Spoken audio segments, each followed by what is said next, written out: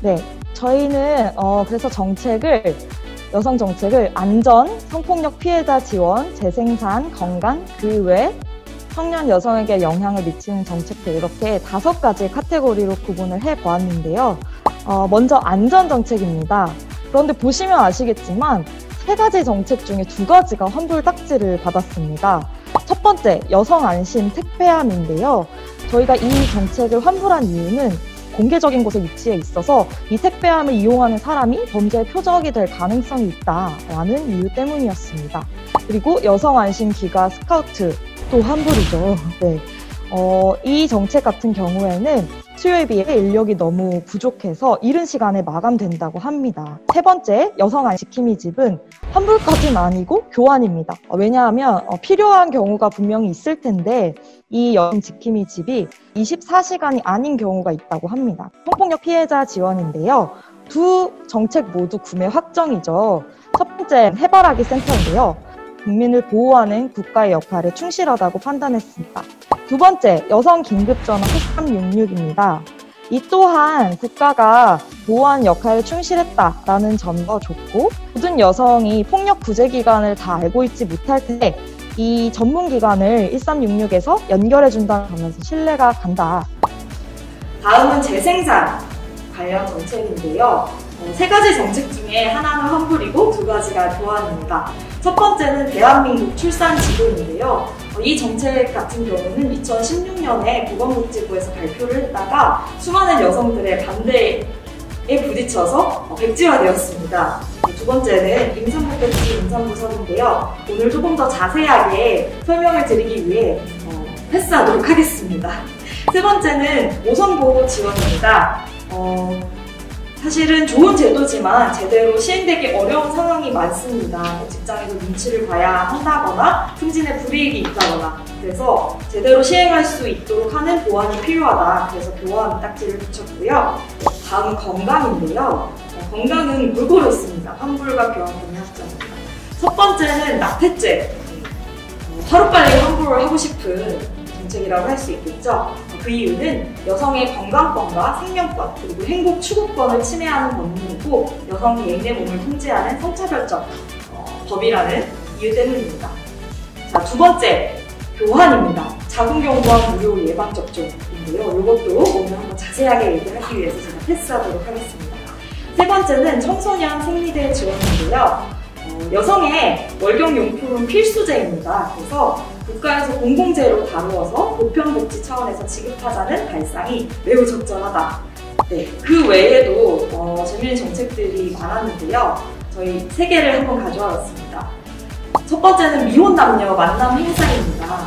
사실은 이게 청년들이 왜 결혼을 하지 않는가, 원인 분석에 집중하지 않고 피상적으로, 그리고 또 이성의 중심적으로 행사가 진행되고 있다는 점에서 예산이 아깝다, 다른 예산으로 쓰면 좋겠다, 이런 제안을 해보았고요. 네, 2번째는 교환입니다. 네, 내일 채우는 문제인데요. 이거 같은 경우에는 청년이 취업을 했을 때 정부와 기업과 청년이 함께 저축을 해서 큰 돈을 만드는, 목돈을 만드는 정책이에요. 근데 이 정책이 왜 청년 여성에게 좋지 않냐라고 했을 때 기업 사장님이 기여금을 빌미로 삼아서 그만두지 못하는 청년들한테 폭언이나 괴롭힘, 성추행을 가하는 경우가 발견되었기 때문입니다. 마지막으로 이제 희망일자리, 지금 희망일자리 사업인데요. 이제 코로나 극복을 위해서 공공일자리를 이제 마련을 하는 정책이었는데 문제가 뭐냐면 이 공공일자리 구인 공고가 굉장히 연령차별적으로 또 성차별적으로 공고가 되어 있다는 점이에요. 여성이 하는 일과 남성이 하는 일을 구분하면서 폭력할 고정관념을 유지하기도 하고요. 그래서 저희는 구인 공고 올릴 때 평등한 모집이 될 수 있도록 가이드라인을 만들어 보면 어떨까 라는 생각을 해보았습니다.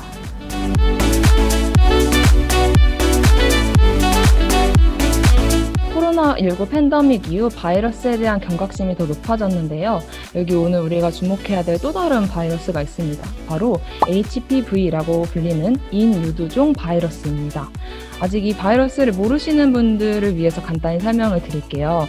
이 바이러스는 사마귀를 일으키는 유두종 바이러스균의 일종으로 바이러스가 피부와 점막에 접촉해 감염을 일으킵니다.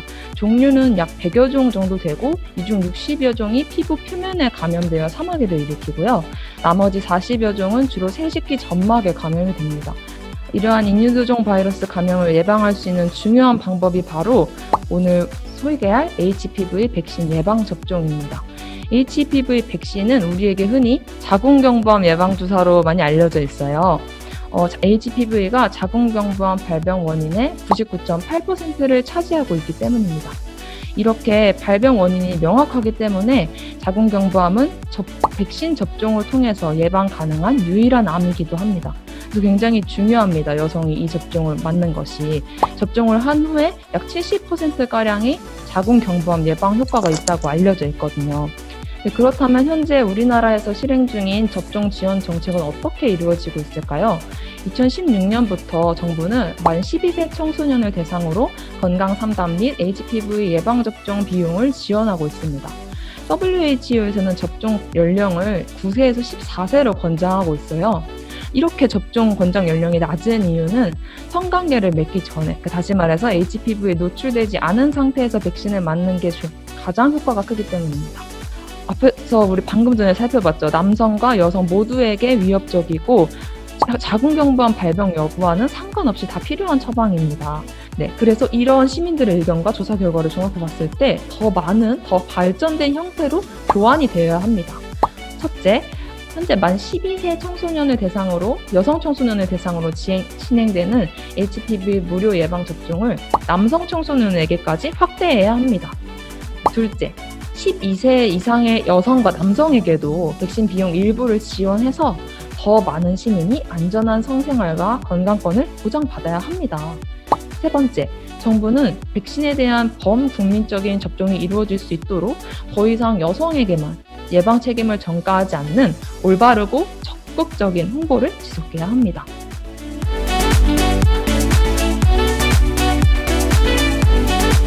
이 임산부 배려석, 임산부 대치팀 이런 부분에 대해서 왜 교환을 해야 되냐 이런 이유를 먼저 설명드리려고 하는데요.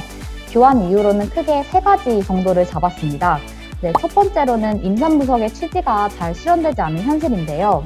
임산부 배려석은 임산부들의 교통 편의를 위해 도입되었고 교통 약자를 배려한다라는 그런 의미로 운영이 되고 있습니다. 네, 서울은 2013년도에 배려석이 도입이 됐는데 지금 설치된 지 8년이 지났지만 여전히 배려 문화가 정착되지 않고 있는 거죠. 네, 두 번째로 이제 설명드리려고 하는 거는 이미 임산부 배려석에 사람이 앉아있으면 앉아있는 사람에게 임산부가 말을 걸 때 배려를 강요한다라는 그런 죄책감을 느끼고 좌석에 앉기를 결국 주저하게 되는 현실입니다. 네, 임산부 배려석 양복 권유 시에 이제 폭언이 발생하기도 하고 심지어 폭행 사건도 있었고요. 이런 사건들을 통해 임산부는 이제 마음 놓고 그 배려석에 앉지 못하고 있었습니다. 네, 이제 저희가 이제 뽑은 교환 이유의 세 번째는 계속되는 그런 배려 의무 논쟁 속에 임산부들이 마음 편히 이용하지 못하고 꾸준한 감론 울박이 계속 이어지는 것입니다. 네, 그래서 마지막으로 이제 저희 팀이 제안하는 교환 방식을 이제 이렇게 제안을 드리고 마무리를 하려고 생각 중인데요. 저희 팀이 제안하는 방식은 이렇습니다. 네, 현재 지금 짝수칸과 홀수칸에 다 있는 부분을 나눠서 짝수칸의 임산부 배려석은 임산부 전용석으로 도입을 하는 겁니다. 그리고 홀수칸의 임산부 배려석은 교통 약자석으로 전환을 하는 거죠. 마지막으로 하고 싶은 말은 임산부들의 불편과 어려움, 시민들의 갈등, 그리고 서로가 계속 눈치를 보고 불편함을 느낄 수밖에 없는 현재 임산부 배려석에 대한 정책은 변화가 필요하다고 생각이 듭니다. 그리고 이제는 바뀌어야 된다고 생각이 듭니다. 정책이라는 것이 멀리 있는 게 아니라 생각보다 나에게 가까이 있는 것이고 내가 필요할 때 얼마든지 이용할 수 있는 것, 당연한 권리라는 생각을 가지게 되었습니다. 내년에도 저희 무중력 지대에서 청년분들과 이렇게 뜻깊은 프로그램을 이어나갈 예정이고 많은 관심 부탁드리겠습니다. 그럼 2시간 반 동안 너무 수고 많으셨습니다. 참여해주셔서 감사합니다.